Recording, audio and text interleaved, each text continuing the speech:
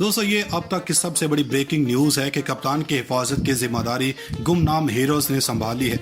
इसके अलावा जमानत पर रिहा वजीरों की गिरफ्तारियां जल्द शुरू होने वाली हैं। दोस्तों फानूस बनकर जिसकी हिफाजत हवा करे वो शमा क्या बुझे जिसे रोशन खुदा करे। दोस्तों साबिक वज़ीर-ए-आज़म ने जिस साजिश का जिक्र किया जिसमें कहा कि इन्हें कत्ल करने की साजिश की गई है, कौन कौन इसमें शामिल है, इन्होंने वीडियो पैगाम रिकॉर्ड करवा दिया। इसके बाद हुकूमत ने सिक्योरिटी को टाइट कर दिया है क्योंकि वो ये जानती है कि अगर इमरान खान को कुछ होता है तो पाकिस्तानी अवाम खड़ी हो चुकी है और वो इन वजीरों मशीरों को घरों से निकाल कर मार सकती है। और इसीलिए राना सनाउल्लाह ने इमरान खान के कत्ल के मुतालिक तहकीकात करने को तैयार हैं। हैरानकुन बात यह है कि इमरान खान के कत्ल की तहकीकात राना सनाउल्लाह करवाने का कह रहे हैं, लेकिन दूसरी जानब कप्तान की जान को पेश खतरे की वजह से गुमनाम हीरोज के साबिक कर्नल के सपुर्द कप्तान की सिक्योरिटी दे दी गई है। तहरीक इंसाफ ने lieutenant colonel retired Asim Saleem को इमरान खान का सिक्योरिटी इंचार्ज तैनात कर दिया। पाकिस्तान तहरीक इंसाफ के ट्विटर अकाउंट के जरिए पार्टी चेयरमैन के सिक्योरिटी इंचार्ज की तैनाती की इतला दी गई है। पीटीआई के मुताबिक इमरान खान के security incharge lieutenant colonel retired Asim साबिक एसजी कमांडो हैं। वाज़ेह है कि इमरान खान की जन्म से जान को खतरे के बयान के बाद हुकूमत ने इस हवाले से जुडिशल कमीशन बनाने की भी पेशकश की है, जबकि वज़ीर-ए-आज़म ने गुज़श्ता रोज़ इमरान खान को चीफ सिक्योरिटी ऑफिसर फराहम करने की हिदायत की थी। इसके अलावा दोस्तों दूसरी अहम तरीन खबर यह है कि इमरान खान की सिक्योरिटी की जिम्मेदारी गुमनाम हीरोज ने संभाल ली है और इन्हें किसी भी नाखुशगवार वाक़े से बचने के लिए सिक्योरिटी टाइट कर दी गई है। पीटीआई की जानब से इस्लामाबाद एयरपोर्ट पर वीआईपी लाउंज इस्तेमाल करने की दरख्वास्त दी गई है ताकि किसी भी मसले से बचा जा सके।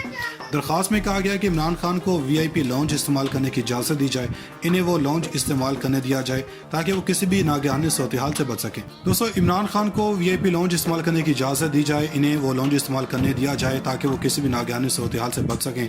दोस्तों उधर गुमनाम हीरोज की जन्म से इमरान खान की सिक्योरिटी संभालना और जनरल बाजवा की जन्म से इलेक्शन की तैयारी की खबरों के बाद सूरत-ए-हाल बदल गई है। दोस्तों दूसरी तरफ इदारों ने भी जान लिया है कि ये इन तिलों में तेल नहीं है और वो जितनी जल्दी हो सके इंतखाबात करवा दें। दोस्तों मारूफ सहाफ़ी नजम सेठी ने कहा है कि पाक फौज के सिपा सालार जनरल कमर जावेद बाजवा ने इलेक्शन करवाने की तैयारी कर ली है और वो इमरान खान के प्रेशर में आ गए हैं। दोस्तों अब नजम सेठी को देख लें तो पता चलेगा कि वो नवाज शरीफ के तर्जुमान हैं। कमर जावेद बाजवा अनारकी की तरफ बढ़ने से पहले इलेक्शंस का ऐलान करवा दें। दोस्तों नून लीग की तरफ से भी कहा जा रहा है कि अगले 48 घंटों में कहा जा रहा है कि वो अहम तरीन फैसले करने जा रहे हैं और वो महंगाई नहीं करने दें वाले हैं और इसमें इत्तेहादियों को भी साथ लेंगे, वरना असम्बलियाँ तहलील करना ही ज़रूरी है। नजम सेठी की इस खबर के बाद अब बात तो साबित हो गई है या तो वाकई इलेक्शंस का माहौल बनने जा रहा है या फिर जानबूझकर कुछ सहाफ़ी कौमी इदारे की साख को सियासी बनाने की कोशिश में है।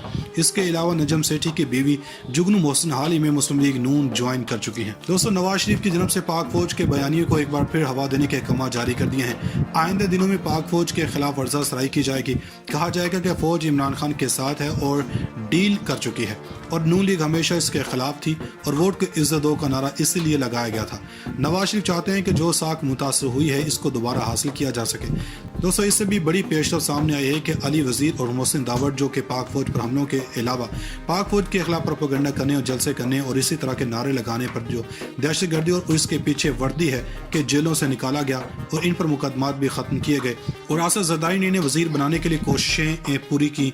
सिंध में इनके हवाले से मुकदमा खत्म किए जाएंगे मगर अब इन्हें गिरफ्तार करने की तैयारियां हो रही हैं क्योंकि मोहसिन दावड़ को जिस इस्तेमाल के लिए रखा था वो हुकूमत ने इस्तेमाल कर लिया है और इसके बाद अब इदारे जाने और मोहसिन दावड़ जाने। अब देख लेना चाहिए कि अब हालात यकसा बदल रहे हैं और आने वाले दिनों में रियासत के खिलाफ दुश्मनी करने वालों के गिर्द एक बार फिर से घेरा तंग किया जा रहा और इन्हें इसकी इकरार वाकई सजा दी जाने वाली है। मोहसिन दावड़ इसकी पहली मिसाल है और इसी तरह कई वजीर एक बार फिर से जेल की सलाखों के पीछे होंगे।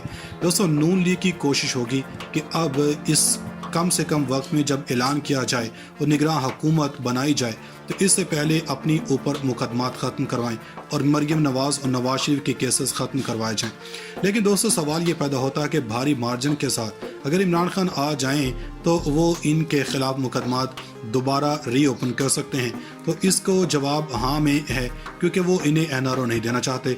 आखिरी वक्त तक वो एनआरओ के खिलाफ थे, इसलिए अब मुमकिन तौर पर एनआरओ ज़्यादा लोगों के खिलाफ कार्रवाई हो सकती है। इमरान खान 2/3 अक्सरियत से आगे तो फिर इनके खिलाफ घेरा तंग हो जाएगा। دوستو جس طریقے سے عمران خان کی حکومت کو ختم کیا گیا، امپورٹ حکومت ختم کی گئی، اس سے پاکستان امپورٹ حکومت لائی گئی، اس سے پاکستانی عوام سخت ناراض ہے۔ دوستو وفاقی حکومت نے ایک بار پھر سبسڈی دینے کا اعلان کر دیا ہے، اور دوستو یہ اعلان ایسے ہی نہیں کیا گیا۔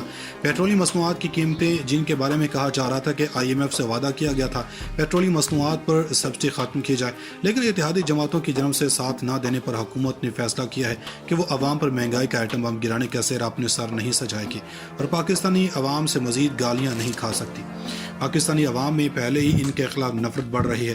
دوستو دوسری جانب یہ بھی بتا دیں کہ الیکشنز کا اعلان تو ہوگا، اور یہ بھی دیکھا جا رہا ہے کہ IMF سے امداد اس وقت لی جا سکتی ہے جب پاکستانی دیوالیہ ہونے کے قریب ہو، تو اس وقت نگراں حکومت سے یہ کام لیا جائے اور مہنگائی کا تمام ملبہ ڈال کر نون لیگ بھاگنے کی تیاری میں ہے۔ عوام جانتی ہے کہ جو بلند و بانگ دعوے کیے تھے وہ مہنگائی کو کنٹرول کریں گے تو وہ بیکار ہو کیے گئے۔ زرداری کی جانب سے معاملات کو لمبا کیے جانے کی کوشش کی جا سکتی ہے، جس کے چانسز کم ہیں، کیونکہ اگر یہ لمبے ہو گئے تو معاملات خراب بھی ہو جائیں گے۔ تو اس وقت عمران خان کا طوطی بول رہا ہے، قائد اعظم کے بعد اتنا مقبول لیڈر کوئی نہیں دیکھا جتنا اس وقت عمران خان ہے۔ عمران خان نے پاکستانی عوام کو اپنے ساتھ اٹیچ کیا ہوا ہے، وہ بے لوث اور بہادر لیڈر کے طور پر سامنے آئے ہیں۔ دوستو جس طریقے سے عمران خان کی حکومت کو ختم کیا گیا، امپورٹ حکومت ختم کی گئی، اس سے پاکستان امپورٹ حکومت لائی گئی، اس سے پاکستانی عوام سخت ناراض ہے۔ دوستو وفاقی حکومت نے ایک بار پھر سبسڈی دینے کا اعلان کر دیا ہے، اور دوستو یہ اعلان ایسے ہی نہیں کیا گیا۔ پیٹرولیم مصنوعات کی قیمتیں جن کے بارے میں کہا جا رہا تھا کہ IMF سے وعدہ کیا گیا تھا پیٹرولیم مصنوعات پر سبسڈی ختم کی جائے، لیکن اتحادی جماعتوں کی جانب سے ساتھ نہ دینے پر حکومت نے فیصلہ کیا ہے کہ وہ عوام پر مہنگائی کا ایٹم بم گرانے کا سہرا اپنے سر نہیں سجائے گی اور پاکستانی عوام سے مزید گالیاں نہیں کھا سکتی۔ پاکستانی عوام میں پہلے ہی ان کے خلاف نفرت بڑھ رہی ہے۔ دوستو دوسری جانب یہ بھی بتا دیں کہ الیکشنز کا اعلان تو ہوگا، اور یہ بھی دیکھا جا رہا ہے کہ IMF سے امداد اس وقت لی جا سکتی ہے جب پاکستانی دیوالیہ ہونے کے قریب ہو، تو اس وقت نگراں حکومت سے یہ کام لیا جائے اور مہنگائی کا تمام ملبہ ڈال کر نون لیگ بھاگنے کی تیاری میں ہے۔ عوام جانتی ہے کہ جو بلند و بانگ دعوے کیے تھے وہ مہنگائی کو کنٹرول کریں گے تو وہ بیکار ہو کیے گئے۔ زرداری کی جانب سے معاملات کو لمبا کیے جانے کی کوشش کی جا سکتی ہے، جس کے چانسز کم ہیں، کیونکہ اگر یہ لمبے ہو گئے تو معاملات خراب بھی ہو جائیں گے۔ تو اس وقت عمران خان کا طوطی بول رہا ہے، قائد اعظم کے بعد اتنا مقبول لیڈر کوئی نہیں دیکھا جتنا اس وقت عمران خان ہے۔ عمران خان نے پاکستانی عوام کو اپنے ساتھ اٹیچ کیا ہوا ہے، وہ بے لوث اور بہادر لیڈر کے طور پر سامنے آئے ہیں۔